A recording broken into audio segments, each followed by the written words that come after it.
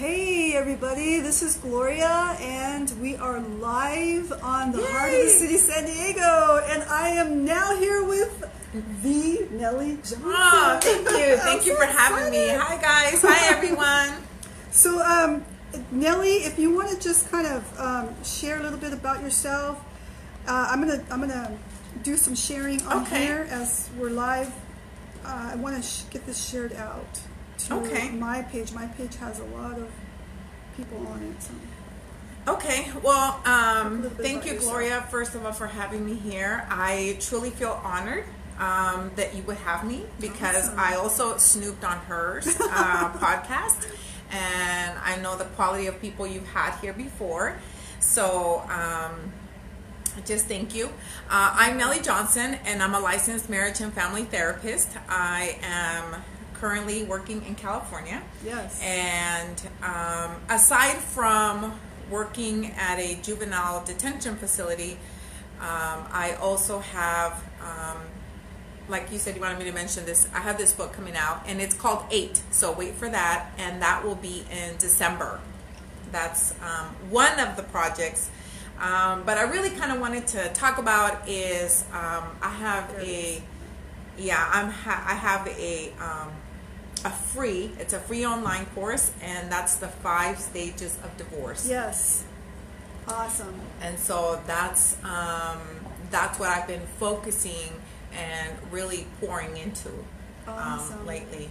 So Nelly, now that we have you here, and I was snooping around on your page, and I seen what really stuck out to me is because I'm single, and there's a couple of things that you and actually your friend post, and there's you're saying these things like these little quotes about being single, and can you share one of them with us? There's, I think one that stuck out to me was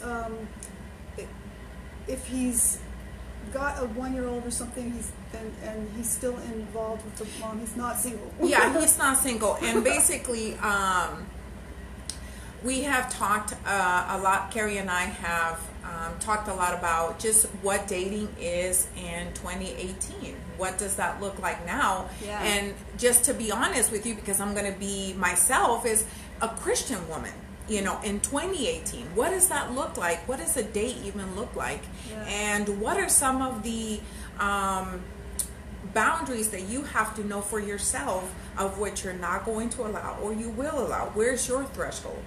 So what that means is, let's say for me, right? Yeah. And then, you know, maybe someone will have the same, is that I just wouldn't date someone that has a baby.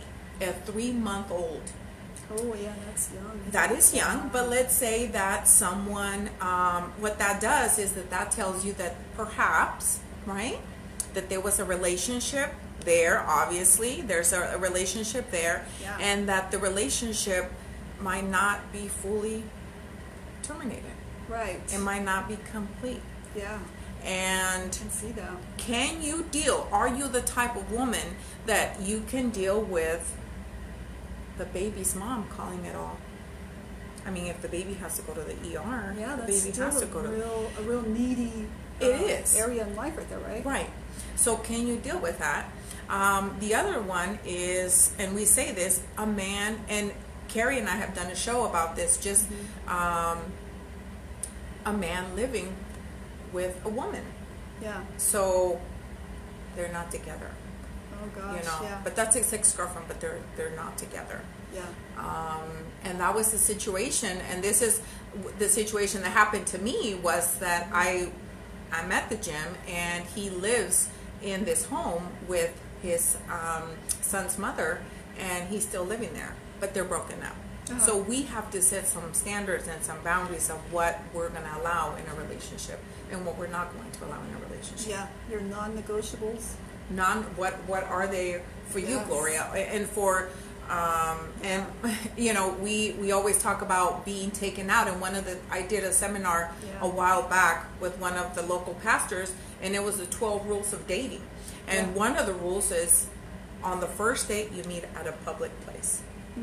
So you're not going to their house. They're not coming to your house to cook for you. Right. or they invited you are invited to their home and they're gonna cook for you there. That is, it's just not safe. Yeah. And so, and you know, and I'm very honest, I'm all for internet dating. I don't have any, you just have to know and sift. And you have to be able to use the discernment that God has given us to really select and listen to your intuition. Well, good stuff. That is awesome stuff. So here's another thing that I want to kind of pull out of you. I want to know, you're a family and marriage therapist. Yes. So kind of give us a background about you, maybe what drove you or made you want to go into that field of work. Well, let me just first answer by saying that I think it was spiritually ordained. I think God, I'm walking in purpose and I'm doing what I feel like God has put me on this planet to do. And it just happens to be that there's a title for it. Yeah. Because I mean that. I believe that it's great. a true desire is to serve people. Yes. You know, and you know, not everyone's going to be at our level of understanding. Yes. You know, some people are just not there. So I was married for 12 years, but before that, I just had my bachelor's in criminal justice, and I was a juvenile probation officer for many years. And then at the time I was married, and then here I am, a licensed, well, at the time, because California has very rigid boundaries as far as getting licensed in California. Right. So here I am, newly graduated with a master's in counseling psychology, and my marriage is falling apart. Oh. Wow. And it was horrific because I've been asked, how is it that you're a licensed marriage and family therapist and your own marriage fell apart? Yeah. And that's a tough question. And so to that, I would say I wasn't always a therapist.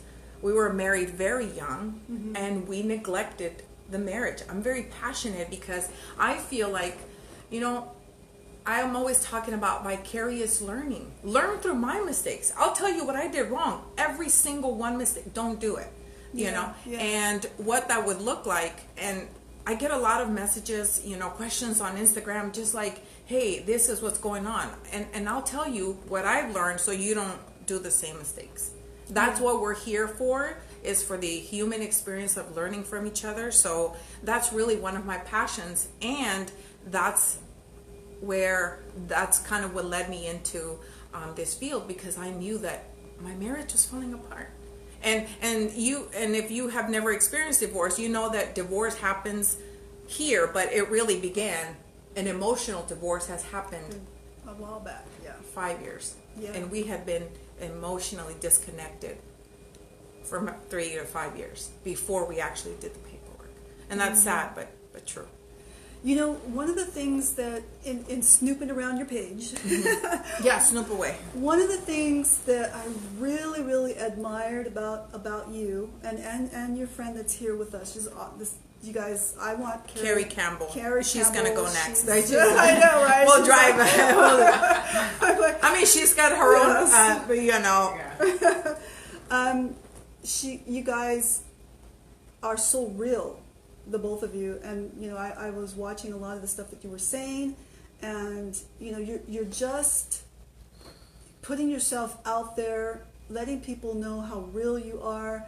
The title doesn't eliminate the fact that you have a real life, that you go through real life things, and then you take responsibility. I was like crying when you were talking about I want to cry right now. And you were talking about, and it was difficult. It sounded difficult, and I can see that there's emotion rising up in you now as we're talking. The responsibility, your own responsibility. That's brave. That is so courageous to do. Well, you know, that's what I mean. When we take responsibility for what I did in the marriage that caused the divorce. So I'm not saying that he didn't do, and I had so many messages from that video. And this is not about him. Yeah. This wasn't about him. It was about me and what I had done. And what you can do to take responsibility for you. And so I get a lot of messages, well, he's doing this. We're not talking about him. He's not here. Right. I do spiritual coaching, because with this lady, it's spiritual coaching. And she'll give me 40 things of what he's doing wrong. And again, we're not talking about him. We're going back to you. We're really good deflectors. So here's this thing, and we take it back to him. Yeah. Well, it's you. What can you do? Because we know that whatever people mirror us. And so your spouse mirrors you. You know, whenever me and Carrie always say, you know, our spouse, whoever we marry, they're just going to be a mirror of who we are. And if you had a boyfriend, now I don't know if you're in a relationship or you're single. No, I'm single. Okay. I went through She's a divorce. single. I went through a divorce as well, and I was a well-known minister. A lot of the people that are following me, you know, are in the same organization that I was in for many years, so they know me in that sense. And just like you, you know, people are looking, and you know, the looky-loos, and why does she think that she could say this, or why you know, when her marriage is falling apart. And that's what I'm saying. Oh, nice marriage and family therapist. Oh my God. Yeah. You know, Right. and but the thing. Oh, and then I say this because I'm going to challenge everyone a little bit here and say that Christian marriages, the divorce rate is neck to neck with secular ones. So why are we're saved, right? Yeah. We're saved, but you're still talking mess to your husband. Yeah. Well, not you, but you know, you're still even and my ex-husband was a deacon, and I'm not going to say the church, but was a deacon at our church. Yeah. You know, and did all these things, and we would be arguing before we'd get to the church. Yeah. Oh, but you should have seen. I mean, we were picture perfect. You know, husband, wife, and the 3 kids. It looked good from outside, and inside it was like horrible, you know. Yeah. But that's what I'm saying. So then I realized that it's not. Why is it that Christian marriages are not? Why is it that they're not implementing what the word says? So true. So true. Yeah. Yeah. And I love the way that, and I think that you do this naturally in your demeanor and what you say, and what you know, what the way that you are connecting with someone. You automatically make me review myself. As you're speaking, I'm thinking, you know, gosh, I did that. Gosh, I did that. Well, I'm gonna before you give me all the credit, I want to say I give God all the credit, because if you look at me, I'm gonna fail you. But I think that God uses people that are willing, not the perfect. Yeah. You know, the willing. Yes, the willing. The willing. Yes. And I said, God, and this was, and in the 5 stages of divorce, that it's the course that I've been working on, that I'm ready to launch. I talk about how, you know, we go through this, after the divorce, it was like, you know, it's all him, and we don't take responsibility. Right. And some of the trauma that we had in the marriage, we never really deal with it, and then we're so ready to jump into the next relationship. Yes. And a lot of humans be aware that they're teenagers trapped in adult bodies. So, you know, some of their desires and needs and temper tantrums, and I did a lot of that. Yeah. Yeah. Yeah. Wow. This is So it's God. I want to say that I think I made it because to God be the glory. Yeah, and there's a lot of, and I know, because I have to work a lot on my own, you know, self and self-discipline and, you know, self-development and all those great things that I have to reflect on, right? And coming out of a relationship. But he went right into the next marriage. Oh, That was immediately. it, right? Immediately. Like you were, and that hit me too, because he did the same thing. Yeah. And see, I interpreted that as I was never important to him. Exactly, I was never, so he never even really loved me. Exactly. And but in this program, I talk about sitting, and I always do videos where I'm talking about sitting in your feelings. And I So know, I seen that one. It was really good. We run from these feelings that will really push us and make us grow. Mm-hmm. So how can we not run from feeling lonely? I want you to sit in it. Mm-hmm. I want you to experience that. What is it like? What does it feel? What's your heart rate like? Think about it and feel in it, and sit in that space. Or it could be, we think it's always loneliness, but it could be disappointment. It could be, we think that the range of emotions is just happy, sad, and there's many, there's a chart that we have in therapy where we ask the kids, point to one, how you're feeling. And so there's many different emotions that we're feeling. Sit in that for a while. Yeah. And the key is to self-regulate, to self-soothe yourself without having an external person. Yes. Food. Yeah. Shopping. There's a lot of different things. All those things that make you feel good, right? and it all comes. It's already in us. Yeah. God has already given us everything that we need for you to be happy. It's all in here already. It's not externally, but we believe that it is. Well, if he would just do this, and I've said this to my best friend, well, if my son would just do this. No, it's all in here already. It's how we respond to different situations in our lives. Yeah. So you talked about your talked a little bit about your marriage breakup. You're genuine, you're real, you're raw, you're passionate. Does all that come through? It does. It really does. I get really intense sometimes. Yes. And so It not a really- lot of people can handle that. Yeah. Can you handle it? Because not a lot of people can. Yeah. Yeah. I can see that I don't think it's a whole lot of people though. 'Cause Okay. I think that you connect pretty well. But then now you have a book coming out. Yes. And Tell us that's a little bit about your book. The book is a memoir. So in it, I talk a lot about being brought here. And I don't know if you know Spanish, Gloria. A little bit.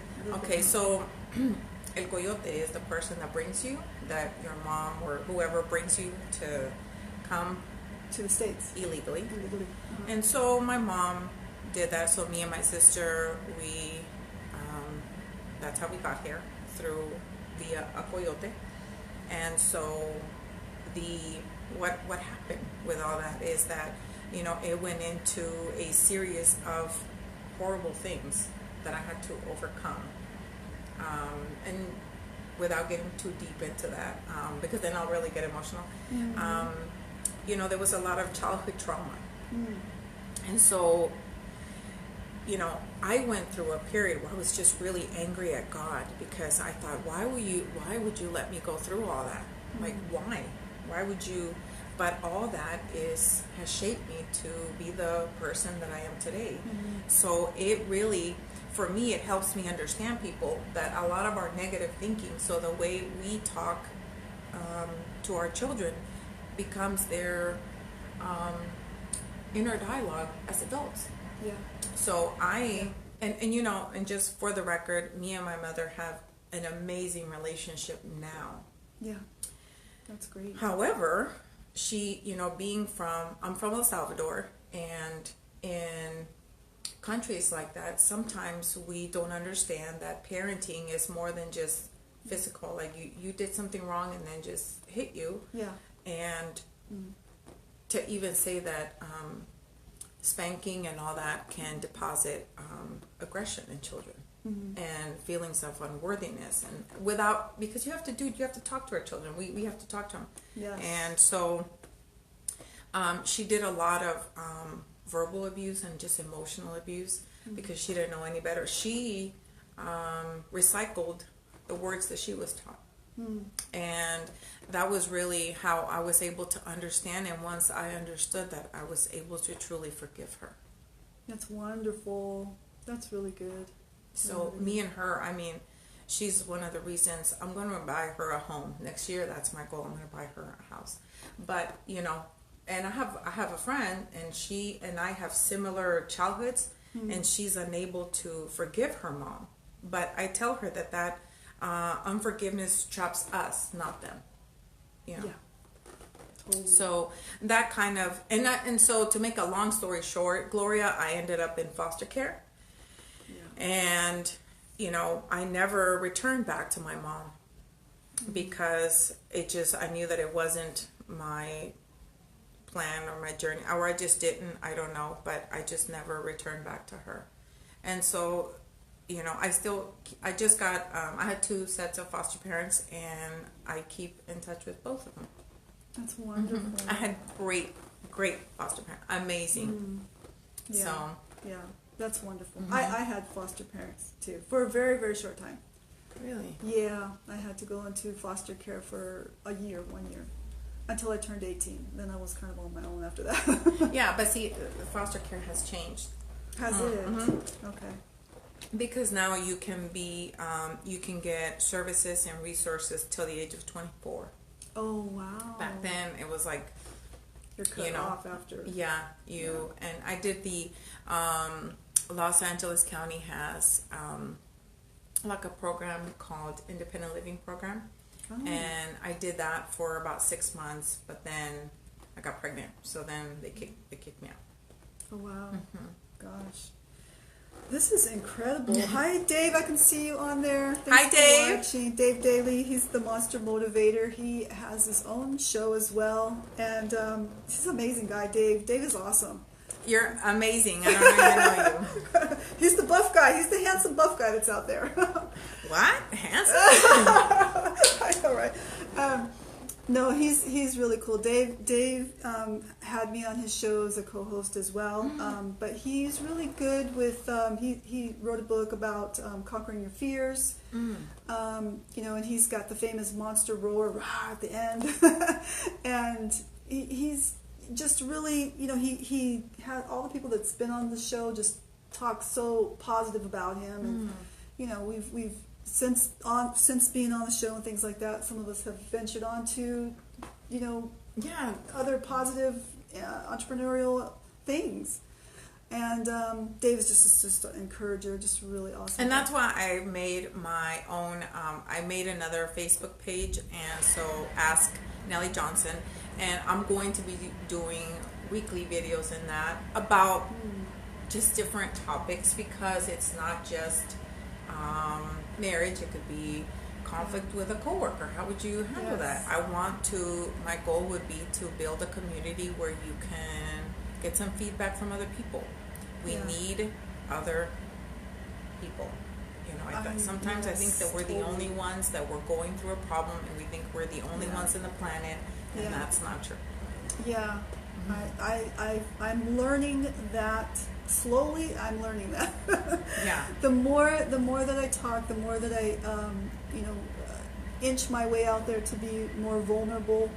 I feel like I'm pretty intense, kind of, you know. I feel like that's how I can connect with you. But I am still holding back. There's some real pretty intense stuff that I am holding back online, because I got family that are watching, that love the people that, you know, I may be talking about. I don't name names and things like that. I am not out there to expose people and their dirt. Right. You know. Right. That's not our job. That's not what. And so, like I said, I bring it back to, and even in therapy. Yeah. Some of the clients that I've dealt with are adolescents, and we want to blame other people. You know, I'm like this because my mom, because this person did this and that, and if we cut all that, but my thing is, give me tangible things to do to get there, because sometimes, you just need to conquer your fears. Well, how do I do that? Yeah. Well, you know, what do I do? Change your words. Well, how do I do that? Yeah. So,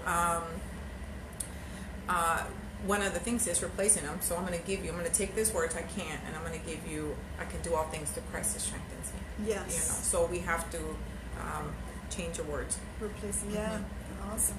Good stuff. Nelly, ask Nelly. Ask. If you have any questions, and that's what I'm saying. That's where it came from. I want to help and provide some feedback. I like the title. I love the Ask Nelly title. Yeah. You know, my dream, we always talk, me and Carrie always talk about having this TV show where people are going to, it came from, like, remember the Dear Sally? Remember, it used to be in the newspaper. Right. I wanted to name it the Dear Nelly, but I just thought, it's like, let's do Ask Nelly, just because I want people to ask. So Instagram, I get more questions, and I just answer them because there's a lot of relationship questions out there. Yeah. You know, and I can be a resource. I like that. I love that. Yeah, I love it. I can't wait to see the show. If you guys do a show, I think it's going to be great. I totally thank you for that, because we need your support. Okay, all right, awesome. Nelly, now we talked about a book. We talked about a divorce. We talked about we watched you get real and raw, intense, and all that wonderful stuff that you do so naturally. Is there anything else before we close that you want to mention, that you want to share, that you would, there's something that I usually kind of ask the question to my guests, and that is, what would you say in closing that makes Nelly who Nelly is? You know, I really want to give you this really professional answer, but at the same time, I want you to know that I'm really, really goofy, and you have to be able to kind of not take yourself so seriously. Yeah. Some people are, but that's also a symptom of their childhood. I tie it all to that because sometimes we are so hard on ourselves, and I should have done this and I should have done that, and and we're so critical of ourselves. But I've learned through people that I have in my life that I can only be me. Like so on my video that I just posted on Ask Nelly Johnson, that's the Facebook, you can get a hold of me there. I say that I can't be this rigid, person, because I might crack a joke in the middle of something and then you're going to be laughing, so at the same time, it's like I'm very serious, and there are topics that I get very serious on because I'm so passionate, but at the same time, I'm lighthearted and I'm goofy, and my best quality, I always ask people, say, when I've gone on dates, this guy said, what's your best quality? I'm like, I'm funny. I wanted to be like a stand-up comedian in high school, so I'm like, hello, is this thing on, so that's all who I can be. It's just myself, and I'm very reachable. You guys can ask. That's what I'm saying. Ask. Sometimes it's just a different perspective that we needed to get over that. Now, I have a lot of people out here that are watching that they have their own churches, they lead churches and things like that.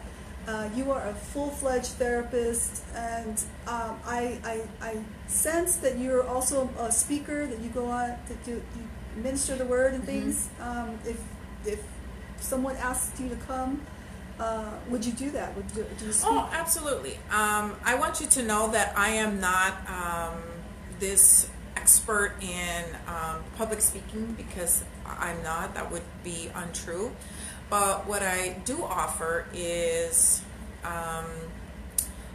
education, as far as, like, we just spoke. Carrie and I did an event where she spoke about mastering your thoughts. I spoke about mastering your words. And the pastor that we collaborated with, he spoke on mastering your heart. So our goal is to create a Master Your Mind Foundation, where we are going to be able to serve our community. And we're talking about Lancaster, California, in our own backyard.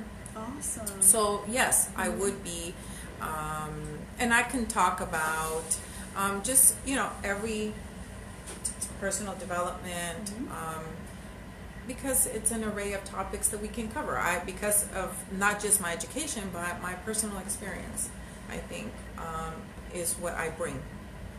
Here's the textbook stuff, but that textbook stuff only is limited. Yep. And I say this, and what I would say to anyone out there, and this is what I was going to say, that therapy and the clinical interventions that we learned in grad school, they have a limit. And the limit is that they don't have the supernatural power that prayer does. And I'm a firm believer that true healing only comes from God. I can't say that because then I would be like going against the grain of who I am. Yeah. So, and I wrote this on Facebook. If you stalk me back enough, you know that illegal, in foster care, physically abused, sexually abused, all these things, and ended up in foster home. And so when you see me now, it looks like I'm polished. Here's this licensed marriage and family therapist. But out of all that, the reason why I made it is because I said, yes, Jesus. I accepted Jesus Christ in my life, and he gave me that true healing. So the combination of clinical interventions that school provides and this superpower of the Holy Spirit, and that is what truly I feel in my life has really brought healing. Out of all that, it's just that. And I say that so in therapy, I always ask clients, what's your spiritual background, so that that's my, hey, we can maybe implement some spiritual practices. Whether they're Catholic, they rezar, I don't know how you say that in English. How do you say? Oh, look, hi, Raul. Amen. That's right. So, that or prayer or meditate, and to implement that. So it's a integrated approach. Amen to that. Amen. Amen. To God be the glory.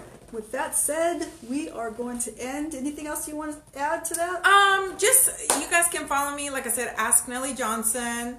That's my Facebook. And that's a good way to get a hold of me, that you guys can send me a message there. If you guys have a question, if anyone has a question about whether it's marriage, relationship, divorce, and on there I will be posting about my 5 stages of divorce, knowing when to move on. Wow, I can't wait to see that myself. You guys, thank you for watching. Thank you so much. Nelly, give me a hug. Thank you. I'm so happy to have you. Oh, thank you. Awesome. Thank you, Gloria. Thank you for having me. Amen. Thank you. Thank you guys for watching. So honored. Peace out, guys. Bye.